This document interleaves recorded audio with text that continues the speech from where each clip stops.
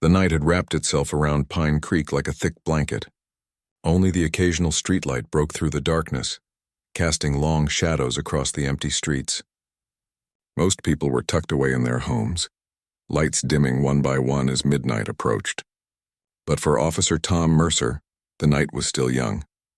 Tom rubbed his tired eyes as he sat in his patrol car, parked behind the 24-hour gas station. The blue glow from his dashboard computer painted his face in an eerie light as he typed up his report about a minor fender bender from earlier.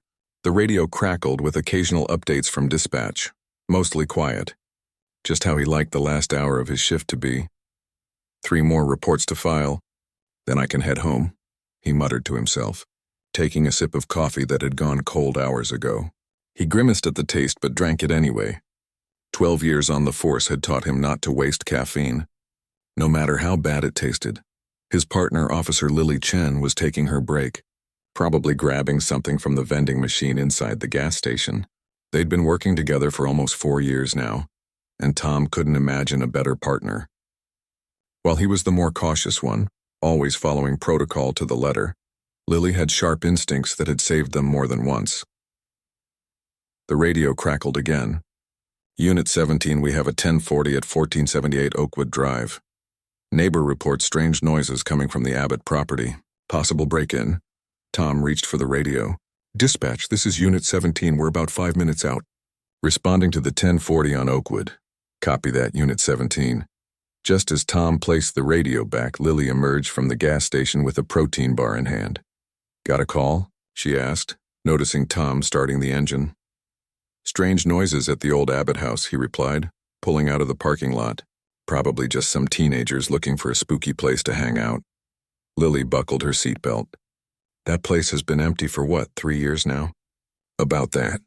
Ever since old Mr. Abbott passed away and his kids couldn't agree on what to do with it. Tom turned onto the main road, the patrol car's headlights cutting through the darkness. Been up for sale forever, but nobody wants to pay what they're asking. Too much work needed. The Abbott property sat at the end of Oakwood Drive, partially hidden by overgrown trees that had long ago stopped being trimmed. It was a Victorian-style home that might have been beautiful once, but years of neglect had turned it into the neighborhood eyesore. Peeling paint, broken shutters, and a front yard that more closely resembled a small forest than a lawn. Who called it in? Lily asked, checking her gear out of habit. Mrs. Henderson, most likely. She calls about every cat that crosses her yard. Tom slowed the car as they approached Oakwood Drive. Says she heard scratching, thumping, and what sounded like crying. Crying? Lily raised an eyebrow.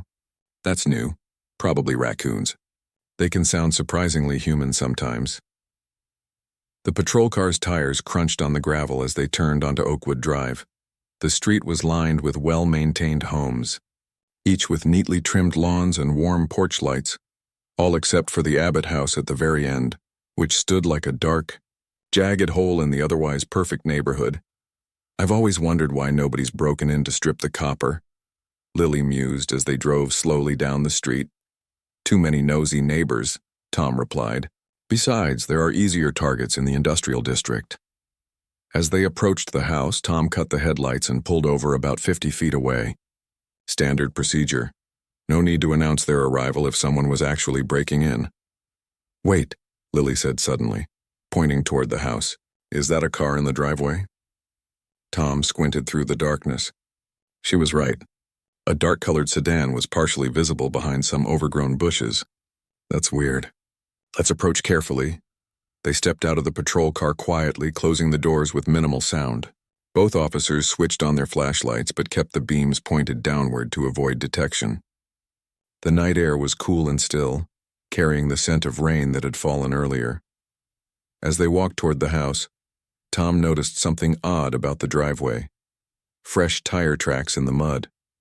Someone had definitely been here recently. Check it out, he whispered to Lily, pointing his light briefly at the ground. Fresh tracks. Lily nodded, her hand instinctively moving to rest on her holstered weapon. They continued forward, walking on the grass to minimize noise. The house loomed larger as they approached, its windows like dark, empty eyes watching their every move. The front porch sagged in the middle and several boards looked rotted through. Yellow police tape from an old trespassing incident still clung to one of the porch pillars. faded and torn.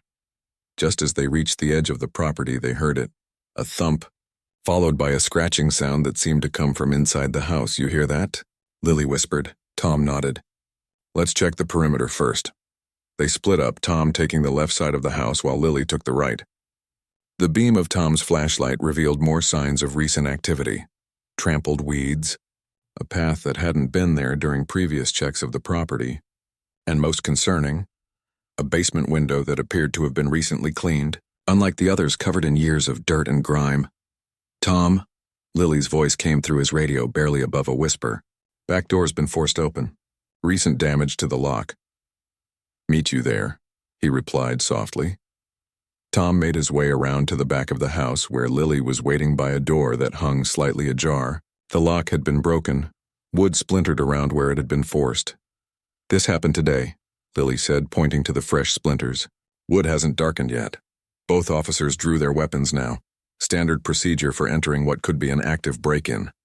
Tom gave Lily a nod, and she pushed the door open slowly with her left hand, gun ready in her right. The door creaked loudly, the sound echoing through what they could now see was a kitchen. Their flashlight beams revealed peeling wallpaper, cabinets hanging open, and a thick layer of dust covering everything, except for a clear path of footprints leading from the door to the center of the room. And then they heard it again, louder this time. A scratch, scratch, scratch followed by a thump and what sounded almost like a whimper. "Police! Anyone here?" Tom called out, his voice firm and authoritative. Silence fell over the house for a moment, then the scratching resumed. More frantic now. "That's not a person," Lily whispered. "Sounds like an animal." They followed the footprints through the kitchen and into a hallway. The sound grew louder as they approached what appeared to be a living room. Tom went first, sweeping his flashlight across the space, and then he froze. In the center of the room, illuminated by their flashlight beams, was a large dog crate. Inside, a medium-sized dog with matted fur looked up at them, its eyes reflecting the light. The dog scratched at the metal door of the crate, then pushed against it with its nose, causing the thump they'd heard. "What the hell?" Tom muttered, lowering his weapon slightly but not holstering it. Something wasn't right. The house had been empty for years, yet here was a dog in a crate, recently left here by someone. Lily moved toward the crate slowly. "Hey there, buddy," she said softly to the dog, which wagged its tail tentatively. "Who left you here?" The dog whimpered again, pawing at the crate door. "Tom," Lily said, her voice tense. "Look around. There's more."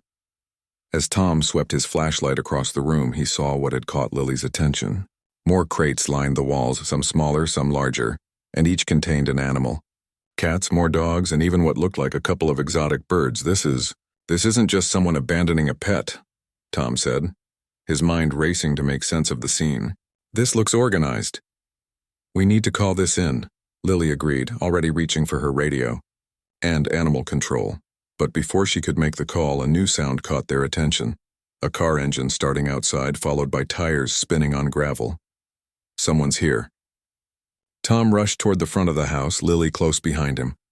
By the time they reached the front door and burst onto the porch, they could only catch the taillights of a vehicle speeding away down Oakwood Drive. "Dispatch?"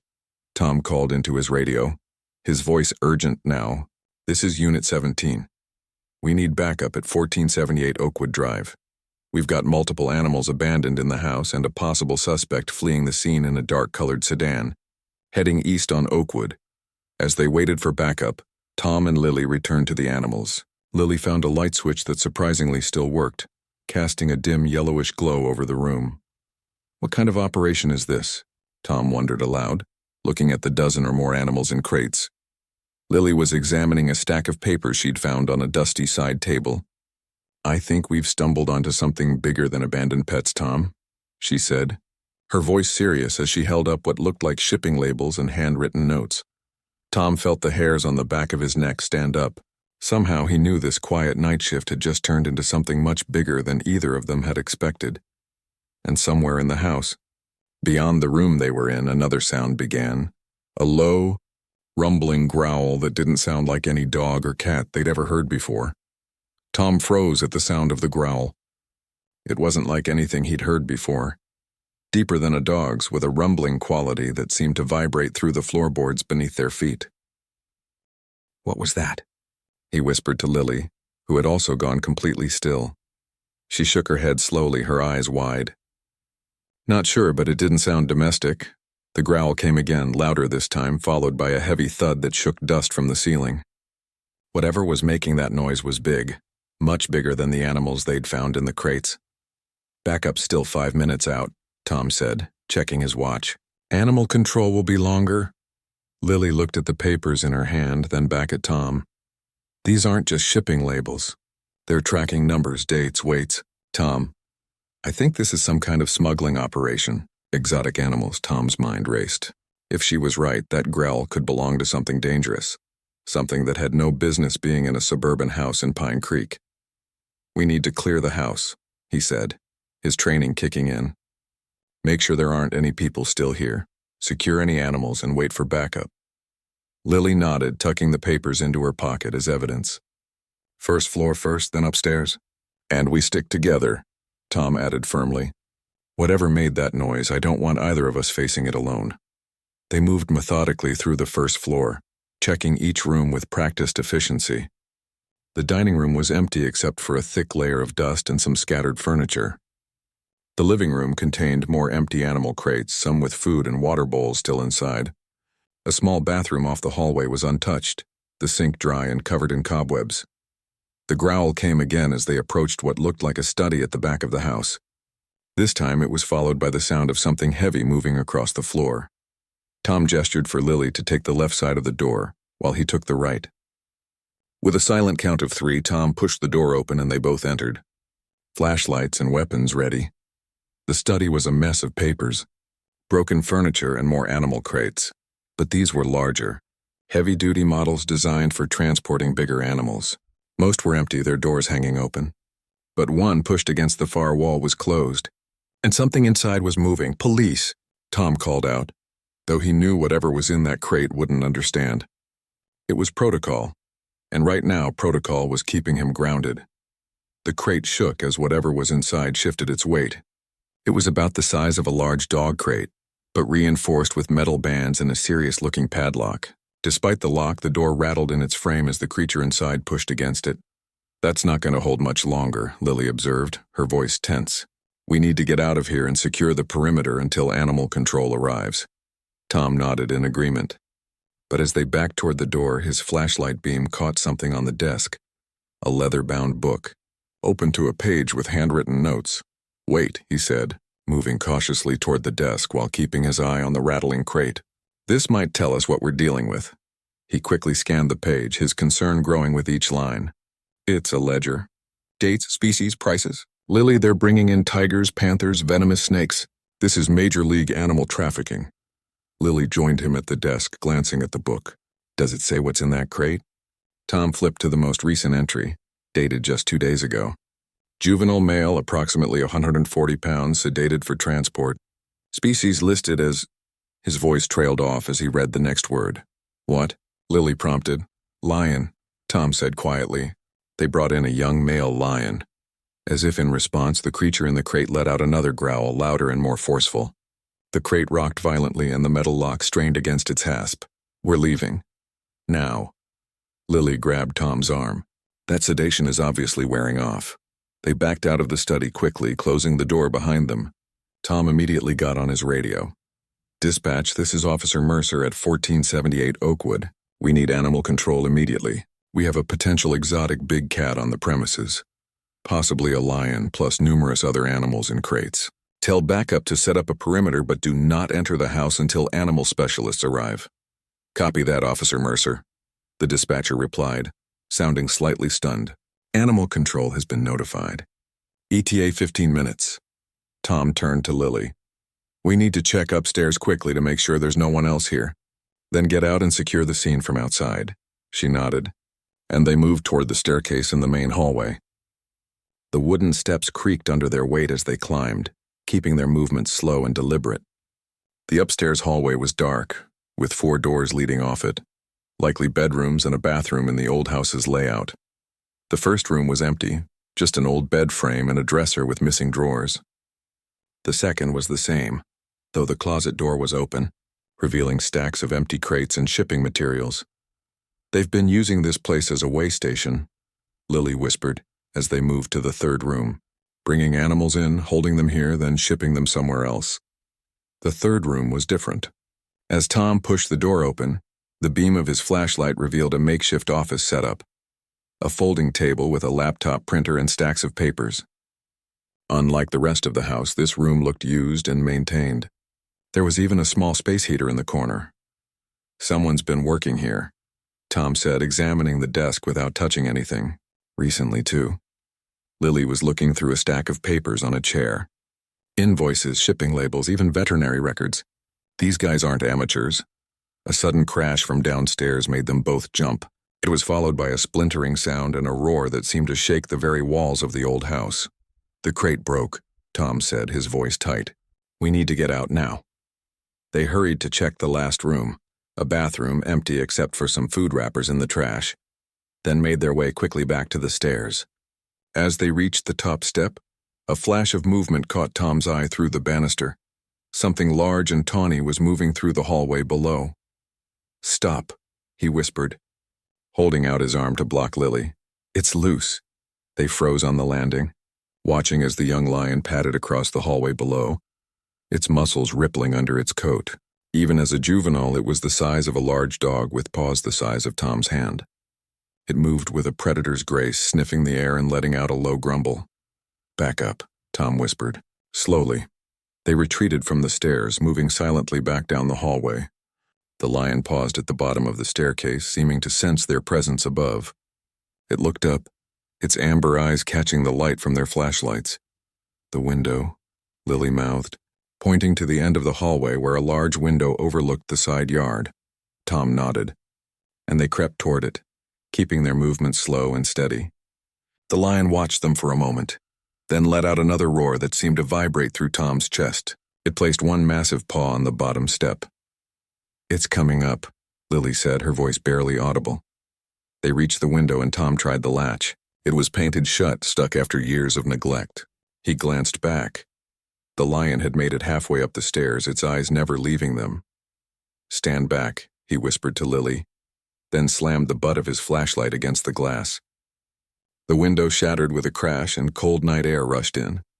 Tom quickly cleared the jagged pieces from the frame. "Ladies first," he said, helping Lily climb through. The roof of the porch extended beneath the window, providing a relatively flat surface to stand on. The lion let out another roar and bounded up the remaining stairs, now moving with purpose toward them. "Go," Lily shouted as she made it through the window.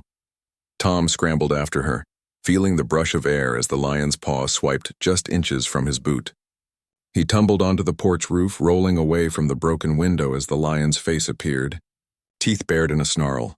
"The edge," Lily said, pointing to where the porch roof ended about 8 feet from the ground. "We can jump from there."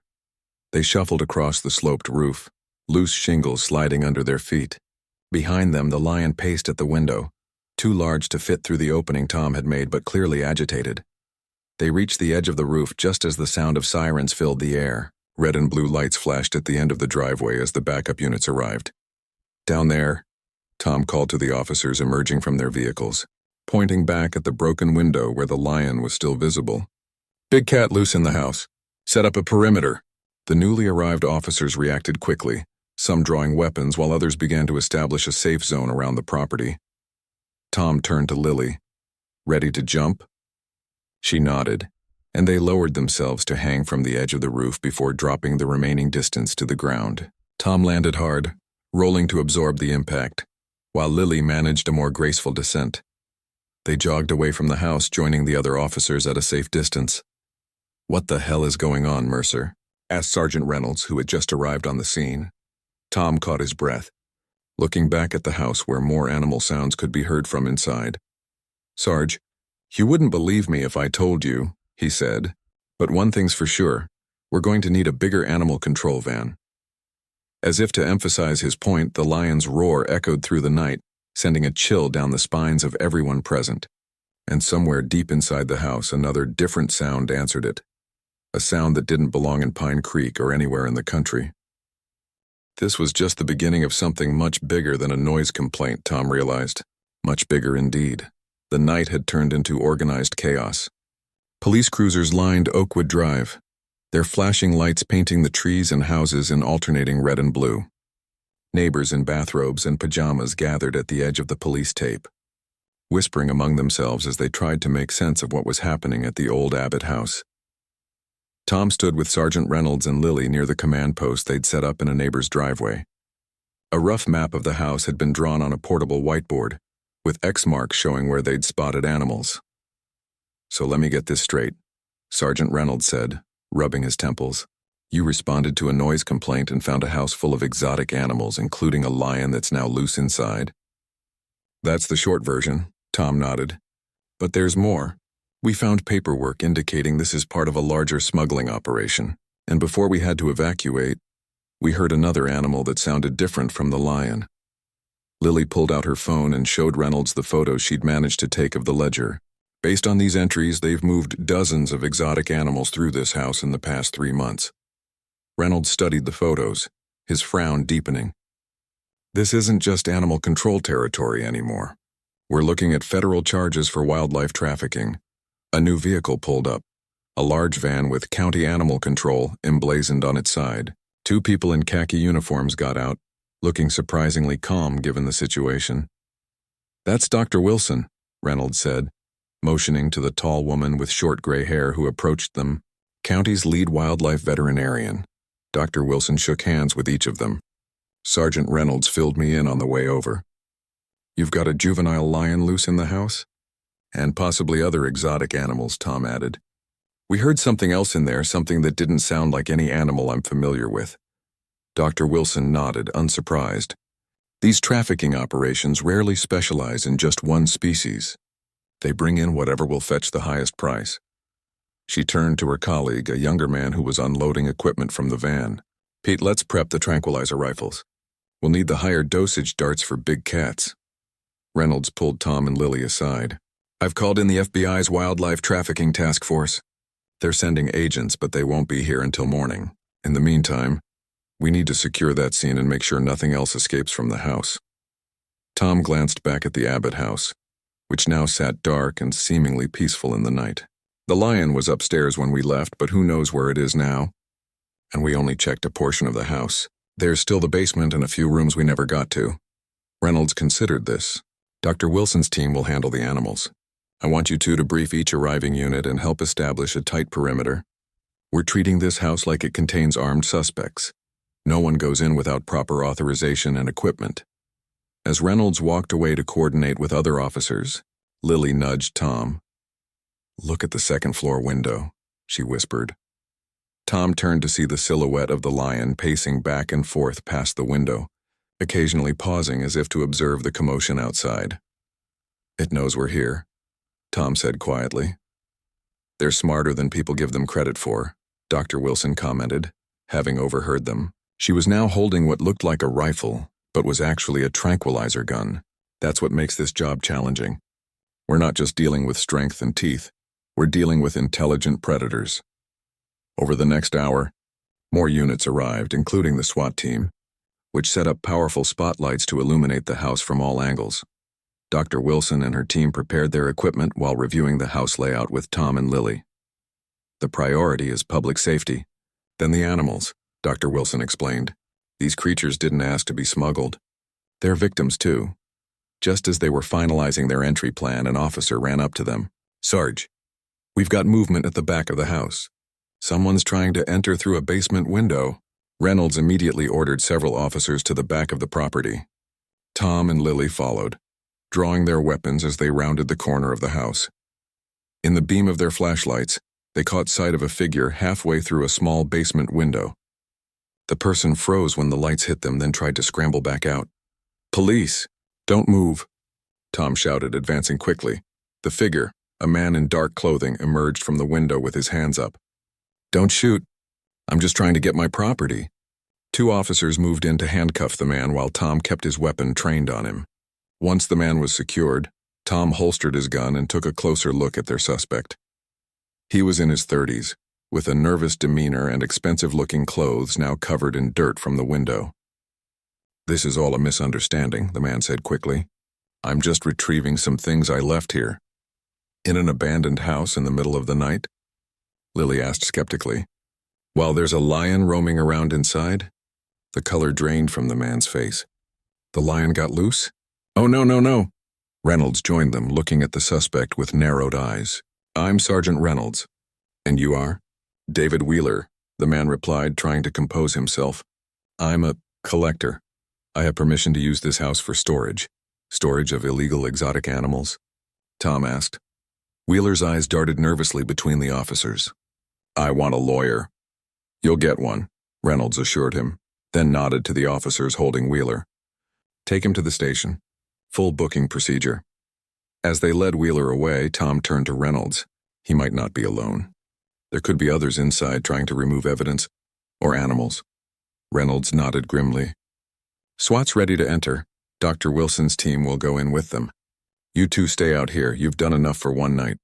Tom was about to protest when a crash came from inside the house, followed by the lion's roar and, more alarmingly, a human scream. There's someone else in there, Lily exclaimed. Everything moved quickly after that. The SWAT team, equipped with shields and wearing heavy protective gear, approached the front door. Dr. Wilson and her assistant followed closely behind, tranquilizer guns ready. Tom and Lily watched from behind the police line as the team breached the front door and moved inside, powerful flashlights cutting through the darkness of the house. For several tense minutes, nothing happened. The radio crackled occasionally with brief updates. First floor clear, moving to second floor, but no sign of the lion or any other person. Then came a flurry of activity on the radio. Contact, second floor master bedroom, followed by Big Cat sighted, and the unmistakable sound of a tranquilizer gun firing. Tom and Lily exchanged nervous glances as silence fell once again. The crowd of neighbors had grown despite the late hour, all of them watching the house with a mixture of fear and fascination. Finally, after what seemed like an eternity, the radio came to life again. Lion is down, sedated and secure. A collective sigh of relief passed through the officers outside, but the next transmission brought the tension right back. We've got a civilian, adult male, appears injured, and you're going to want to see this, Sergeant. Basement access found in the pantry. Reynolds grabbed his radio. What about the basement? There was a pause before the response came. Sir, there are more animals down here. A lot more. And some kind of lab setup. Reynolds looked at Tom and Lily. I need you two with me. You know what we're dealing with better than anyone else here. Despite the earlier order to stay outside, Tom and Lily didn't hesitate. They followed Reynolds to the house where a SWAT officer met them at the door. The lion's secure, the officer told them. Dr. Wilson's team is preparing to move it to a transport cage. The injured man claims he's a partner of Wheeler's. Says he came back to destroy evidence when he heard about the police response. And the basement? Reynolds asked. The officer just shook his head. Better see for yourself. They were led through the house past the living room where animal control staff were now carefully moving sedated animals into proper transport crates. The lion lay on its side in the hallway, its massive chest rising and falling steadily under the effects of the tranquilizer. In the kitchen, a pantry door stood open, revealing a staircase that hadn't been on any of the house plans. A powerful smell rose from below, the unmistakable odor of too many animals kept in too small a space. Tom led the way down the stairs, flashlight in hand. The basement was larger than he'd expected, stretching under the entire house. Industrial shelving units lined the walls, filled with cages of various sizes. Most contained exotic birds with brilliant plumage, small monkeys, and several species of snakes that Tom couldn't identify. But it was the center of the room that stopped them in their tracks. A large area had been set up like a crude laboratory, with tables holding medical equipment, vials of liquids, and various surgical tools. And in a reinforced enclosure in the corner, something moved in the shadows. Something much larger than the lion upstairs. What is that? Lily whispered, her flashlight beam trying to penetrate the darkness of the cage. As if in response, the creature moved forward into the light, and all three officers took an involuntary step back. That, Dr. Wilson said from behind them, having followed them down, is a full-grown Bengal tiger. And based on the state of those surgical tools and what I'm seeing in these cages, this isn't just an animal trafficking operation. They're breeding and experimenting on these animals. The tiger watched them with intelligent eyes, a low growl rumbling in its chest. Unlike the other animals, it showed no fear. only a predator's patient assessment of potential prey. This just got a lot bigger than a noise complaint, Reynolds said quietly. Tom nodded, unable to take his eyes off the tiger. And I have a feeling we've only scratched the surface. By dawn, the old Abbott house had transformed into something resembling a wildlife rescue operation. The front yard was filled with official vehicles, police cruisers, animal transport vans, and now 2 large trucks from the county zoo. News vans lined the street beyond the police barricade, reporters doing live morning broadcasts with the house visible in the background. Tom sat on the front steps of the house, exhausted after the longest night shift of his career. He watched as zoo staff carefully loaded the sedated tiger into a specialized transport container. The massive animal, even unconscious, commanded respect. Its paws alone were the size of dinner plates. Lily joined him, holding 2 cups of coffee from the mobile command unit that had been set up in the street. "Black, 2 sugars," she said, handing him one of the cups. "Thanks," Tom replied, gratefully accepting the coffee. "Any update on the count?" Lily sat beside him, her uniform dusty and her face showing the same exhaustion he felt. "Final tally is 47 animals. 3 big cats including the lion and tiger, 12 exotic birds, 8 different species of snakes, 4 of them venomous, plus various monkeys, rare lizards, and even 2 baby alligators." Tom shook his head in disbelief. "All in one suburban house. How did nobody notice?" "People see what they expect to see," came a voice from behind them. Dr. Wilson approached, making notes on a clipboard. An abandoned house, occasional cars coming and going. Neighbors probably assumed it was kids partying or maybe someone checking on the property. "What happens to the animals now?" Tom asked. "The zoo will take the big cats temporarily. We have relationships with wildlife sanctuaries across the country that can provide permanent homes. The smaller animals will go to specialized facilities." Dr. Wilson looked up as the transport truck with the tiger pulled away. "They'll need rehabilitation.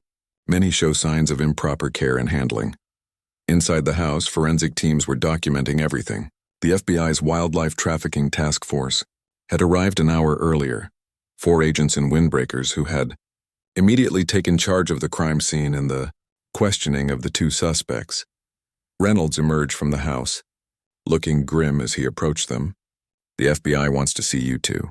They've got questions about what you found in the upstairs office." Tom and Lily followed him back into the house, which looked completely different in daylight. What had seemed eerie and threatening in the darkness now just looked sad. An old home turned into a way station for trafficked animals. In the makeshift office upstairs, a female FBI agent was photographing documents while a male agent examined the laptop they'd found. They both looked up as Tom and Lily entered. "Officers Mercer and Chen?" the woman asked, stepping forward. "I'm Agent Briggs, this is Agent Cortez. We'd like to hear exactly what you saw when you first entered this room." Tom and Lily took turns describing their discovery of the office, the documents they'd found, and how they'd been forced to flee when the lion escaped. Agent Briggs nodded, taking notes. "And you said there was a ledger on the desk? With handwritten entries?" "Yes," Tom confirmed. "I only had a moment to look at it, but it had dates, species names, and prices." "That ledger is gone," Agent Cortez said, gesturing to the now empty desk. "Likely taken by the second suspect before we arrived. But what you've described matches other operations we've been tracking." Agent Briggs pulled out her phone and showed them photos of similar setups. "We believe this is part of a network operating throughout the Midwest. They bring in exotic animals primarily from Southeast Asia and South America, then sell them to private collectors, roadside zoos, and even some medical research facilities." "Medical research?" Lily asked, thinking back to the lab equipment they'd found in the basement. Agent Cortez nodded grimly. "That's the newest angle. Some unethical pharmaceutical companies pay top dollar for exotic animal parts or even live specimens. Traditional medicine, experimental drugs, cosmetic testing. There's big money in it. The 2 men we have in custody are likely just middlemen," Agent Briggs added. "Based on the setup here, this is a sophisticated operation with international connections." Tom thought about the neighbor who had called in the noise complaint. So Mrs. Henderson's call might have helped bust open something much bigger. "Exactly," Agent Briggs said. "Small towns like Pine Creek are perfect for these operations. Quiet neighborhoods, abandoned properties, and less law enforcement presence than major cities. A commotion from downstairs interrupted their conversation. They heard raised voices, then heavy footsteps on the stairs. A moment later, Reynolds appeared at the door, his face flushed with what looked like anger. "We've got a problem," he said. The second suspect, the one who was injured, just lawyered up with high-powered help. Some attorney flew in from Chicago and is demanding his immediate release. Agent Briggs didn't seem surprised. That tracks with what we've seen before. These operations have serious financial backing and connections. Tom and Lily exchanged glances. What had started as a routine noise complaint had snowballed into something far beyond their usual experience in Pine Creek. "There's more," Reynolds continued. "The attorney is claiming the animals were all legally obtained, that his client runs a legitimate exotic animal education program, and that we had no right to seize anything." Agent Cortez scoffed. "With no permits, improper facilities, and evidence of smuggling? Good luck with that defense." They headed downstairs where a well-dressed man in an expensive suit was standing in the living room, talking rapidly on a phone. When he saw them, he ended his call and approached. "Officers, agents," he said with professional smoothness. "Richard Donovan, attorney for Mr. Gregory Kent. My client has been illegally detained and his property has been unlawfully seized. I'm prepared to file emergency motions this morning unless this situation is resolved." Agent Briggs stepped forward, unintimidated. "Mr. Donovan, your client was found trespassing in a house containing dozens of illegally possessed exotic animals, many of which are protected under the Endangered Species Act. We have evidence of wildlife trafficking, illegal importation of animals, and potentially illegal medical experimentation. He's not going anywhere." The attorney's confident smile didn't waver. "We'll see about that. My client has friends in very high places." As they continued their standoff, Tom noticed movement outside the front window. A black SUV with tinted windows had pulled up, and two men in suits emerged. Something about their appearance, the way they carried themselves, the earpieces they wore, suggested government, but not law enforcement. Tom nudged Lily and nodded toward the window. She followed his gaze, her brow furrowing. "Who are they?" she whispered. Before Tom could respond, Reynolds' radio crackled to life. "Sergeant, there are federal agents at the perimeter requesting access to the scene. They say it's a matter of national security." The room fell silent. Even the attorney looked surprised. Agent Briggs and Cortez exchanged glances. "What agency?" Briggs asked. Reynolds relayed the question, then listened to the response. His expression changed to one of confusion. "They're saying Department of Defense, ma'am." "Defense?" Cortez repeated. "What does the military want with exotic animals?" The attorney, Donovan, had gone very still, his earlier confidence evaporating. He muttered something that sounded like "I wasn't told about this" before stepping away to make another call. Tom felt a growing sense that they'd stumbled onto something far bigger and potentially more dangerous than anyone had realized. He moved to the window for a better look at the new arrivals, who were now showing identification to the officers at the perimeter. "I don't like this," Lily said quietly, joining him at the window. "Why would defense be involved in an animal trafficking case?" Before anyone could answer, the front door opened and the two men from the SUV entered. They surveyed the room quickly, taking note of everyone present. Before one of them stepped forward, "I'm Special Agent Harris, Department of Defense Special Projects Division," he said, his voice calm but authoritative. "This scene is now under federal jurisdiction. All local law enforcement personnel need to clear the premises immediately." Agent Briggs stepped forward. "On what grounds?" "This is an active FBI investigation into wildlife trafficking." Harris didn't blink. "On grounds of national security, Agent Briggs. That's all the information I'm authorized to share at this time." He handed her a document which she scanned quickly, her expression darkening. "This is highly irregular." "Nevertheless, it's a direct order," Harris replied. "We need everyone out except federal personnel with appropriate clearance." Reynolds looked like he wanted to argue but thought better of it. He motioned to Tom and Lily. "You heard them. Let's go." As they filed out of the house, Tom noticed Agent Harris's colleague heading straight for the basement stairs, moving with purpose.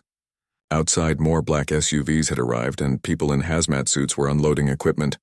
What the hell is going on? Tom wondered aloud as they reached the street. Reynolds shook his head. "Above our pay grade, clearly. But I want you two to write up everything you saw in that house. Every detail, no matter how small."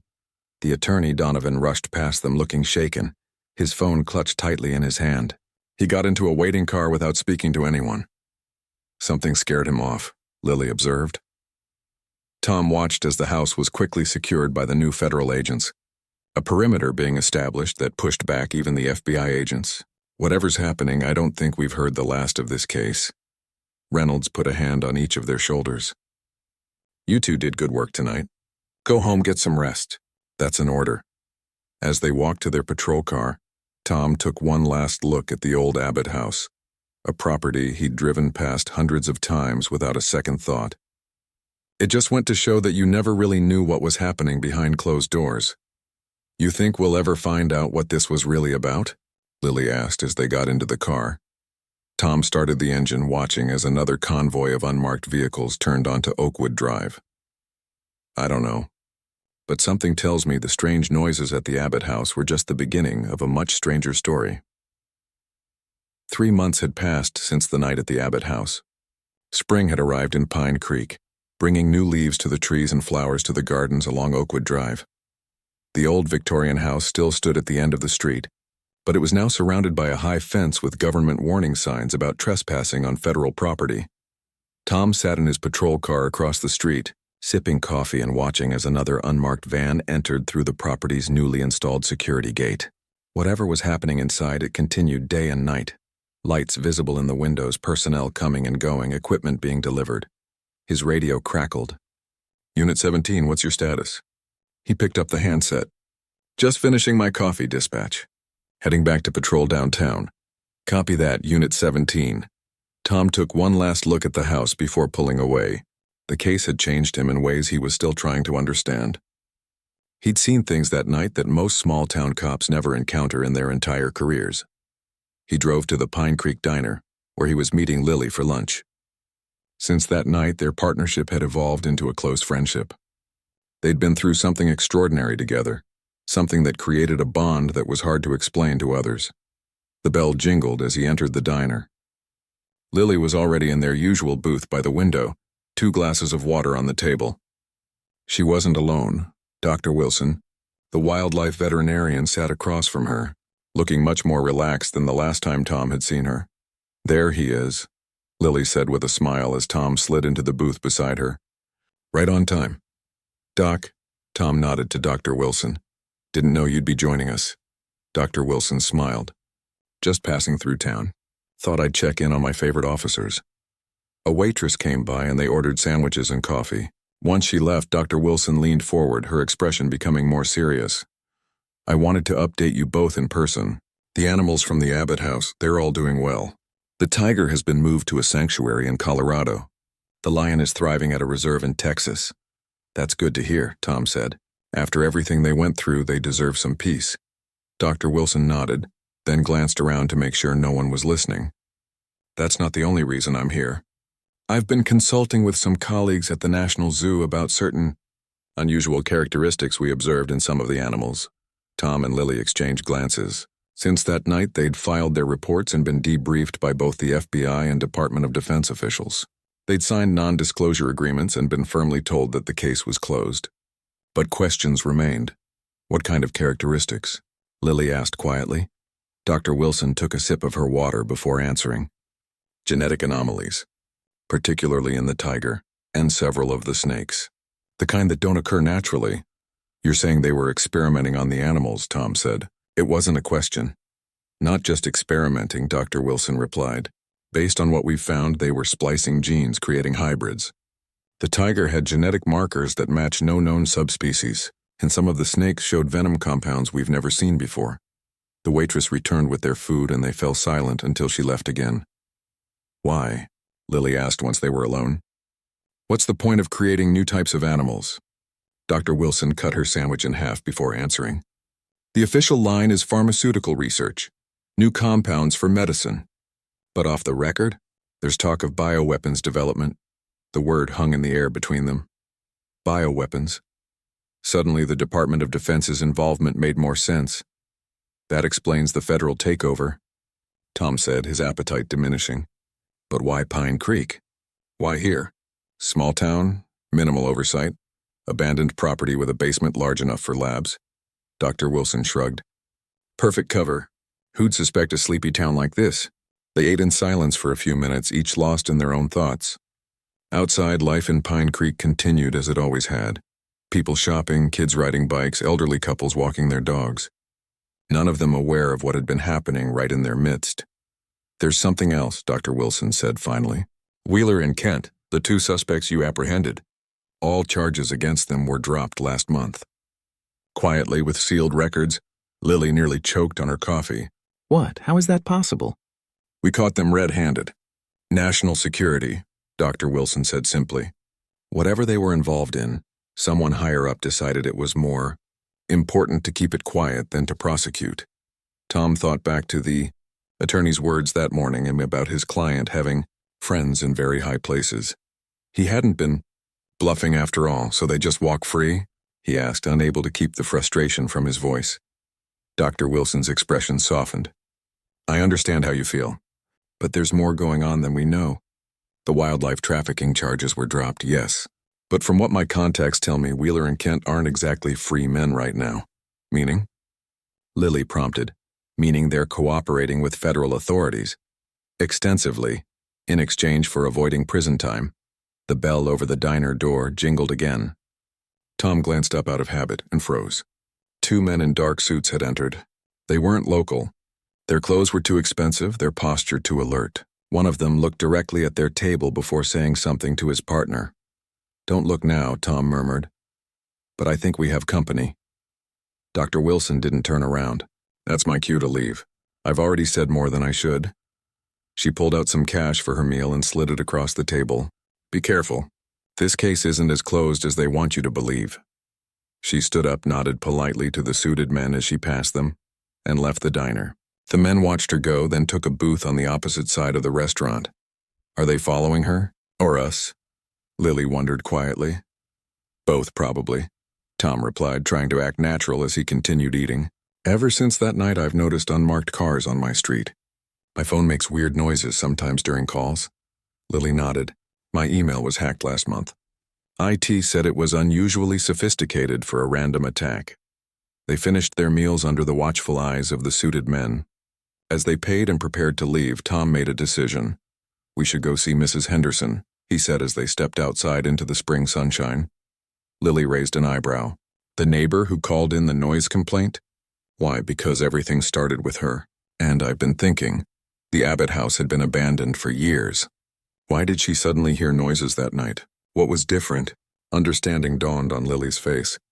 "You think she knows something?" Tom shrugged. "Worth asking, at least." They drove to Oakwood Drive in Lily's personal car rather than the patrol vehicle. Mrs. Henderson's house was directly across from the Abbott property. An elderly woman with sharp eyes and a sharper mind. She'd lived on Oakwood Drive for over 40 years. She welcomed them warmly, ushering them into a living room filled with family photos and the smell of fresh-baked cookies.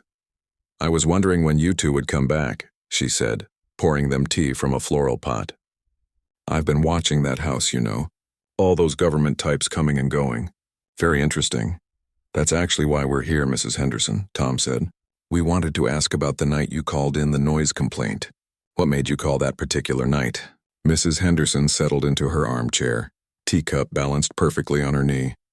"Well, the noises had been going on for weeks, truth be told. But that night was different. I heard a roar, like nothing I'd ever heard before.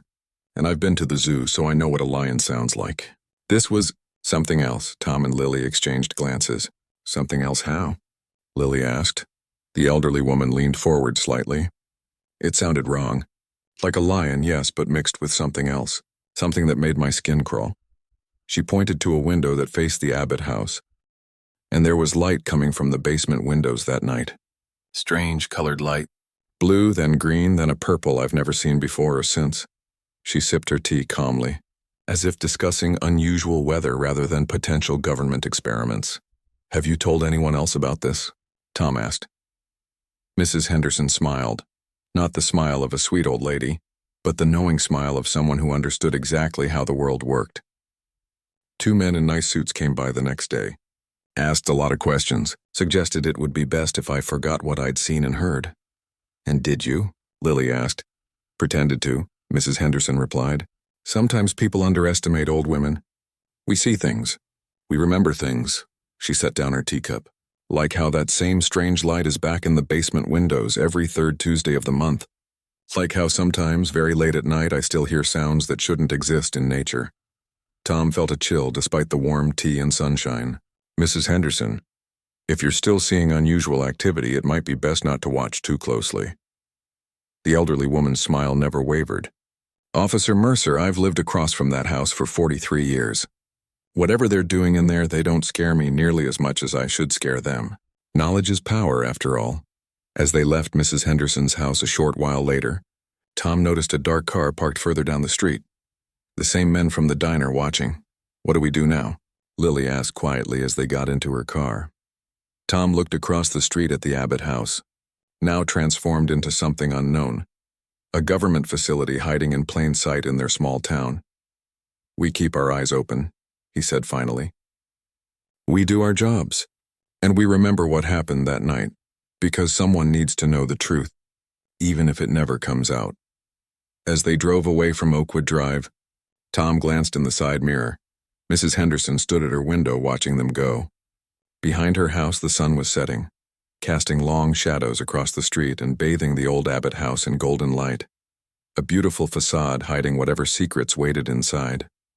Some mysteries, Tom realized, weren't meant to be solved, but that didn't mean they should be forgotten.